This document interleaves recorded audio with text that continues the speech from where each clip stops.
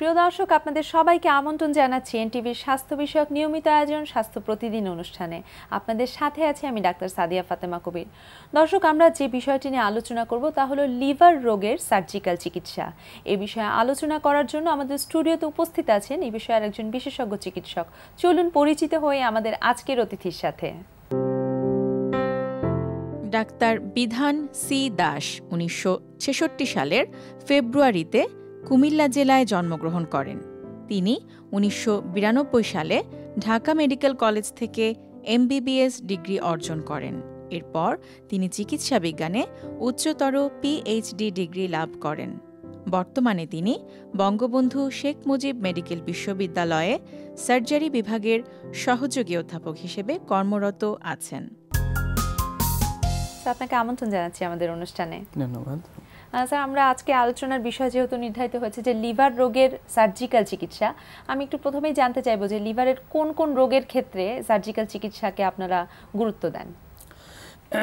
আসলে লিভারের সার্জিক্যাল চিকিৎসা যদি আমরা বলি, দুইটা ভাগে যদি আমরা ভাগ করি, যে কারণগুলা যে কি কি রোগের আমরা সার্জারির মাধ্যমে চিকিৎসা করে থাকি, সেটা হলো একটা হলো নন ক্যান্সারাস কিছু কন্ডিশন আছে, আর একটা হচ্ছে ক্যান্সারাস কন্ডিশন।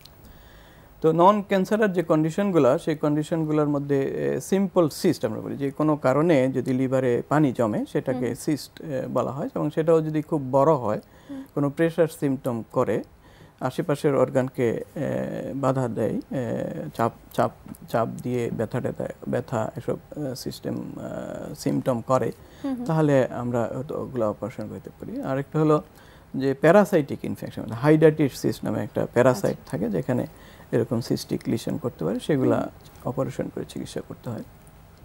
কিছু কিছু লিভারে স্টোন হতে পারে, লিভারের ভিতরে স্টোন, হ্যাঁ, সেগুলোও একটু জন্মগত সমস্যা থাকার কারণে লিভারের নালীর ওখানে স্টোন হতে পারে, এবং সেগুলো লিভারের সার্জারি মাধ্যমে এগুলা অপারেশন করে চিকিৎসা করা হয়।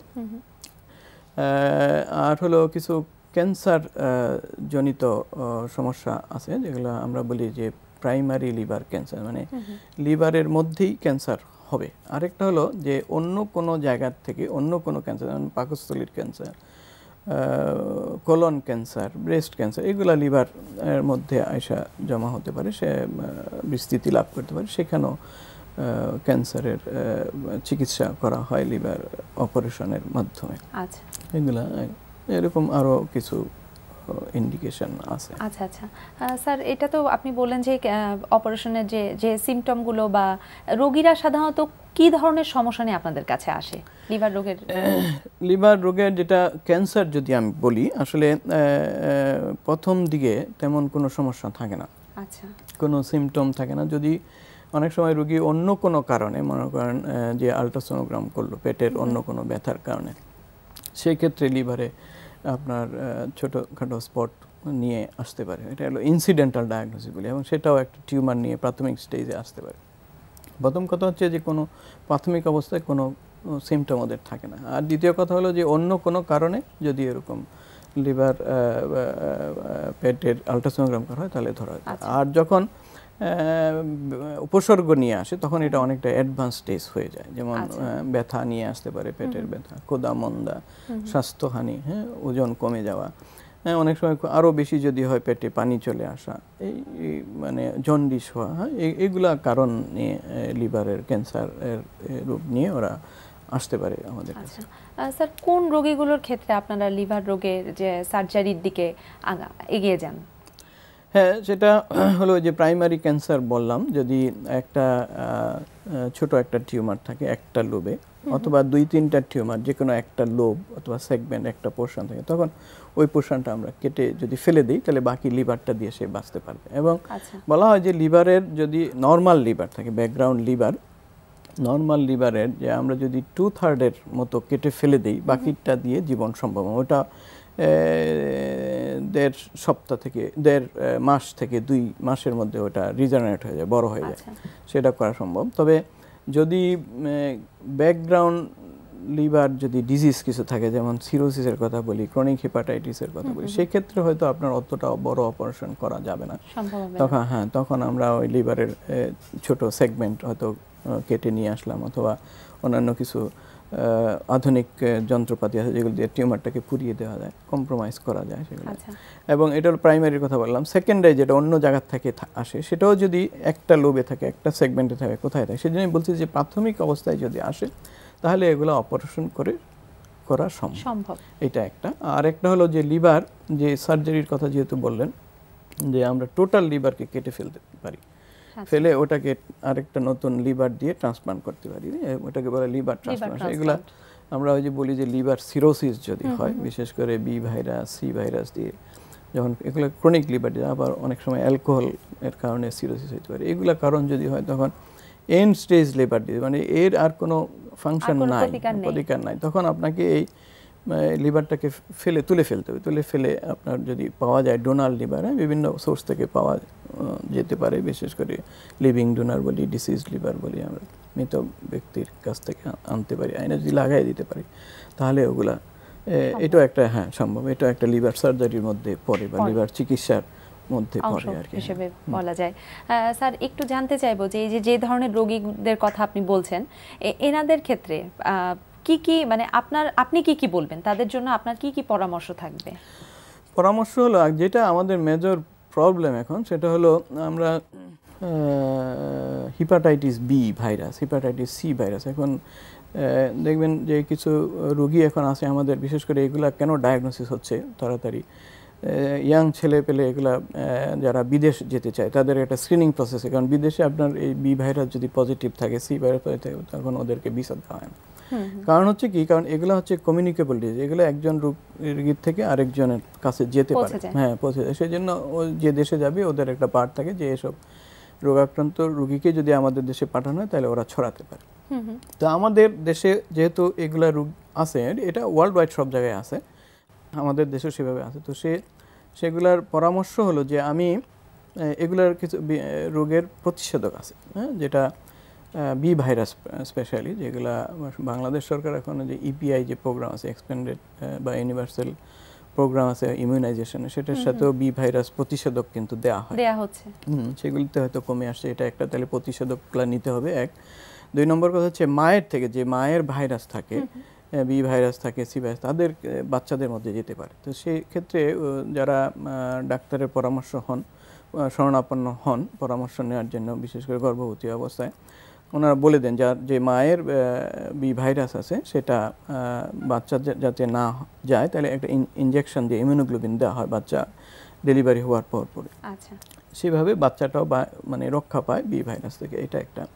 দুই নম্বর হচ্ছে যারা একটু সেন্সিটিভ কাজ করে, বিশেষ করে ডাক্তার, নার্সেস, মেডিকেল টিম, তারা যে কোনো সময় খোঁচা খেতে পারে, নিডেল, তো তাদেরকে সবাইকে এই ভ্যাকসিনটা নিয়ে নিতে হবে। এটা আরেকটা হলো যে disposable syringe, because drug abuser যারা একই সিরিঞ্জ দিয়ে শেয়ার করে, তাদের মধ্যে এগুলা হতে পারে, সেক্সুয়াল ট্রান্সমিশনের মধ্যে অনেক সময় হতে পারে। এটা একটা। আর একটা হলো যে আমরা ছেলেরা বিশেষ করে যখন সেলুনে যাই, শেপ টেপ করি, সেগুলো যদি এক ব্লেড দিয়ে বিভিন্ন লোকজনের করা হয়, সেটার মাধ্যমেও কিন্তু হতে পারে। তো সেগুলোর দিকে খেয়াল রাখতে হবে, এটা একটা। আর রিসেন্ট একটা বার্নিং ইস্যু যেটা হলো এন্ডোস্কোপি, যে আমাদের ডাক্তার সাহেবরা যে এন্ডোস্কোপি করেন, সেগুলোর মধ্যেও কিন্তু রোগ ছড়াতে পারে, বিশেষ করে এই বি ভাইরাস, সি ভাইরাস এবং এইডস ইভেন। তো কীভাবে ছড়াতে পারে, যে আমরা যে এন্ডোস্কোপিগুলো করি অথবা ল্যাপারোস্কোপি, যে ইনস্ট্রুমেন্টগুলো যদি আপনার প্রপার স্টেরিলাইজেশন না হয়, এবং ডেন্টাল সার্জন, ডেন্টাল যারা দাঁত তুলতে যায়, সেগুলো যদি আপনার এই ইনস্ট্রুমেন্টগুলো যদি ভালোভাবে স্টেরিলাইজ না করা হয়, তাহলে এই ভাইরাসগুলো একজন থেকে আরেকজন যাইতে পারে। দেখেন, এগুলো স্টেরিলাইজেশন কিন্তু খুব সোজা। এই ভাইরাসগুলো খুবই দুর্বল স্বভাবের ভাইরাস, এগুলা একটু হিট দিলে মরে যায়।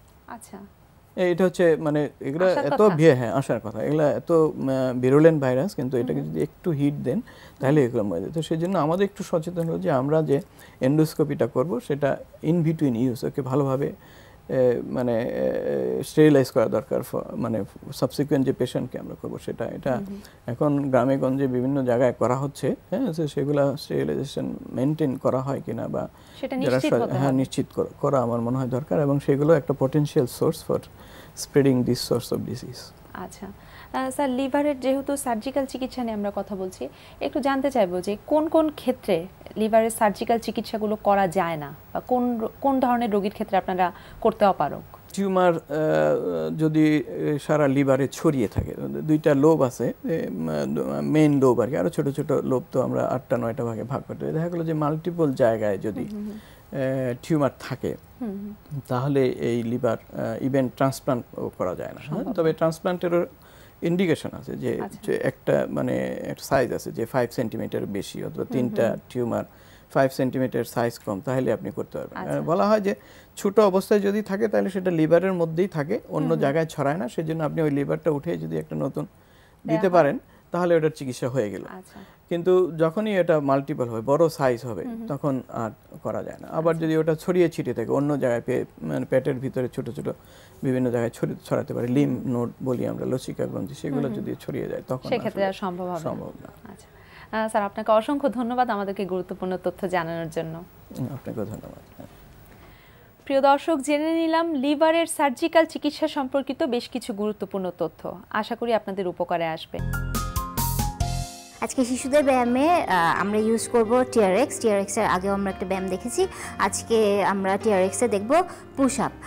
তো টিআরএক্সের আরেকটা সুবিধা হলো যে শিশুরা যদি কখনো দেখা যায় যে সবসময় তো একটা জায়গায় বসে থাকতে চায় না, তো ওরা কখনো যদি অন্য কোথাও পার্কে বা এরকম কোথাও যায়, তখন কিন্তু ওরা অনেকে মিলে গ্রুপ করে ওরা এক্সারসাইজগুলো করতে পারে, এবং টিআরএক্সটা তখন দেখা যায় যে এটা ক্যারিয়েবল, মুভেবল, এবং যে কোনো গাছের ডালে বা শক্ত একটা ডালে আটকিয়ে নিয়ে ওরা কিন্তু এই ব্যায়ামগুলো করতে পারে। অনেকে যেমন পার্কে ব্যায়াম করছেন, ফ্রি হ্যান্ডে করছেন, বা সব পার্কেই এক্সারসাইজ করার মতো ফ্যাসিলিটিগুলো নেই, তখন কিন্তু টিআরএক্সটা নিয়ে গিয়ে যে কোনো একটি গাছের ডালে লাগিয়ে আপনারা শিশুকে একটা ভালো সময় দিলেন, আপনারাও হাঁটলেন এবং বাচ্চাও ব্যায়াম করলো, বা আপনারাও তার সাথে করতে পারেন।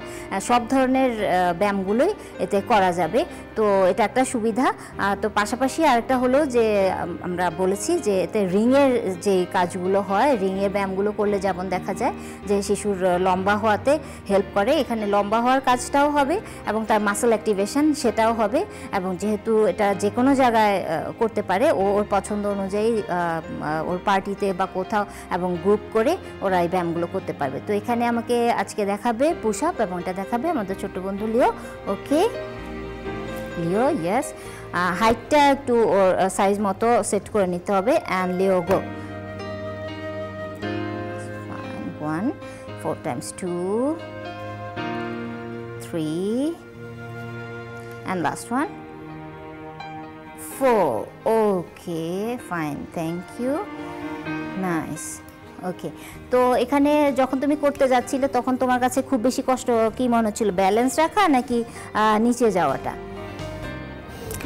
নিচে যাওয়াটা, যেটা হচ্ছে যে এমনিতে পুশ আপস করতে গেলে দেখা যায় যে যেহেতু গ্রাউন্ডটা একটা স্টেবল গ্রাউন্ড, মানে মাটিটা তো আর নড়ছে না, তখন একটা ব্যালেন্স থাকে। কিন্তু যখন টিআরএক্স ইউজ করছেন তখন কিন্তু হাত এদিক চলে যায়, ওদিক চলে যেতে পারে। আপনাকে টোটাল শরীরটা একটা সেন্ট্রালাইজ করে মনোযোগটা সেদিকে দিয়ে তখন ব্যালেন্সটা রেখে করতে হবে। ফলে দেখা যাচ্ছে যে এতে ওর চেস্টের কাজ হচ্ছে, শোল্ডার বা ল্যাটস মাসেল এবং আর্মসে তো কাজ হচ্ছে, মানে পুশ আপসের সবগুলো উপকারিতা তো সে পাচ্ছি, পাশাপাশি তাকে ব্যালেন্স রাখতে হচ্ছে, ফলে তার শরীরের কোরটাও তার সাথে অ্যাক্টিভেটেড হচ্ছে এবং মনোযোগটাও তার সাথে দিতে হচ্ছে।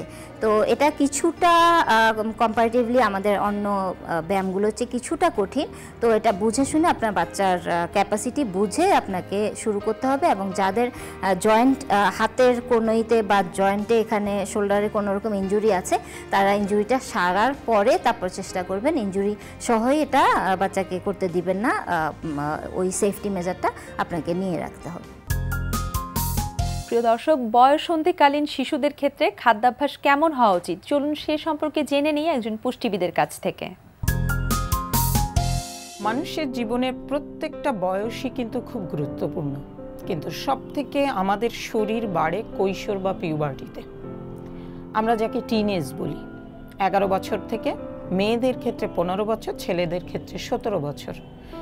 সাধারণত হিসাব করা হয় এই বয়সটাতে একটা মানুষ যতটুকু লম্বায় বাড়ে ঠিক সেটাই তার সারা জীবনের উচ্চতা। অর্থাৎ 15 বছর পার হয়ে গেলে একটা মেয়ে আর লম্বায় বাড়বে না। ফলে সব থেকে গুরুত্বপূর্ণ বিষয় হচ্ছে এই বয়সে উচ্চতা বৃদ্ধির জন্য যে মূল উপাদানটা দরকার সেটা হচ্ছে ক্যালোরি হাই, প্রোটিন হাই। তার মানে মাছ, মাংস, ডিম, দুধ, ডাল। এটা প্রতিটা মেয়ে হোক এবং ছেলে হোক উভয়ের ক্ষেত্রে সমানভাবে খাবারগুলো, পুষ্টি উপাদানগুলো থাকতে হবে। সাধারণ ক্ষেত্রে যে অসুবিধাটার সম্মুখীন আমরা এই টিনেজ বাচ্চারা দুধ, ডিম বা জেনারেল খাবারগুলো খেতে খুব একটা পছন্দ করে না।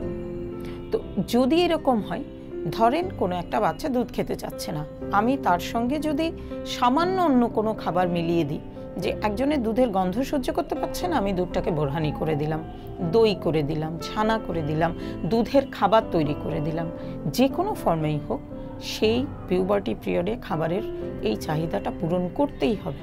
নইলে কিন্তু সাধারণ ক্ষেত্রে পিউবার্টির পরে আর বাচ্চার উচ্চতা বৃদ্ধি হবে না। সারা জীবনে ওজন কমানো বাড়ানো সম্ভব, সব কিছু চেঞ্জ করা সম্ভব, কিন্তু 18 বছর পার হয়ে গেলে কোনো ছেলের আর লম্বায় বৃদ্ধি হবে না। ফলে ভীষণ ক্রুশিয়াল একটা পিরিয়ড, এবং এই সময় সব থেকে বেশি যেমন প্রোটিনের দরকার হয়, এবং প্রোটিনটাকে সেফ প্রোটিন হিসাবে কাজ করানোর জন্য হাই ক্যালোরি দরকার হয়, পাশাপাশি হাই ক্যালসিয়াম দরকার হয়, এবং প্রতিটা নিউট্রিয়েন্ট এই সময়টা এত বেশি প্রয়োজন যে হিসাব করে করে এই পিউবার্টি পিরিয়ডের খাবারের তালিকাটা প্রতিদিনে তার জন্য পূরণ করতেই হবে।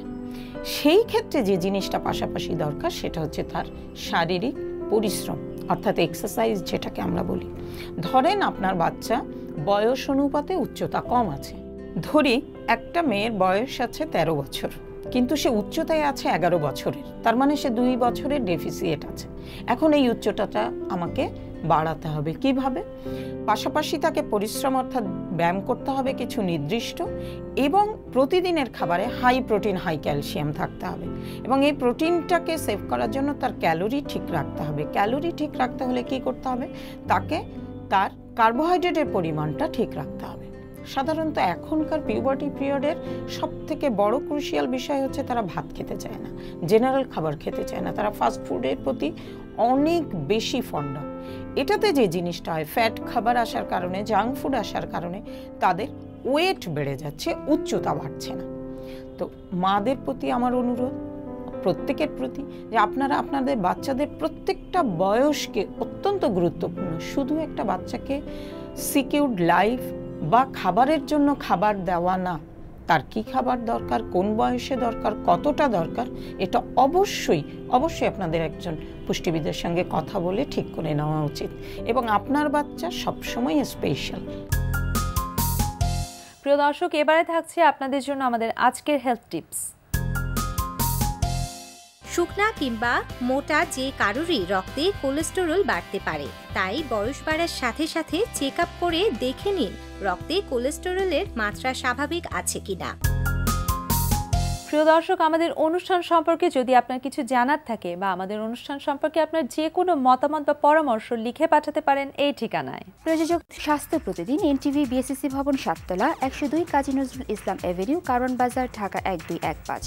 ফ্যাক্স 914338 থেকে 7 পর্যন্ত, অথবা ইমেল করুন স্বাস্থ্যপ্রতিদিন@ntvpd.com এই ঠিকানায়। প্রিয় দর্শক, স্বাস্থ্য প্রতিদিনের আগামী পর্বে আপনাদের জন্য যা থাকছে, ক্যাটারাক্ট বলতে বুঝি আমরা ছানি, এবং ছানির পরিমাণ এত বেশি আমাদের দেশে যে আমরা সব ছানি অপারেশন করে শেষ করতে পারি না।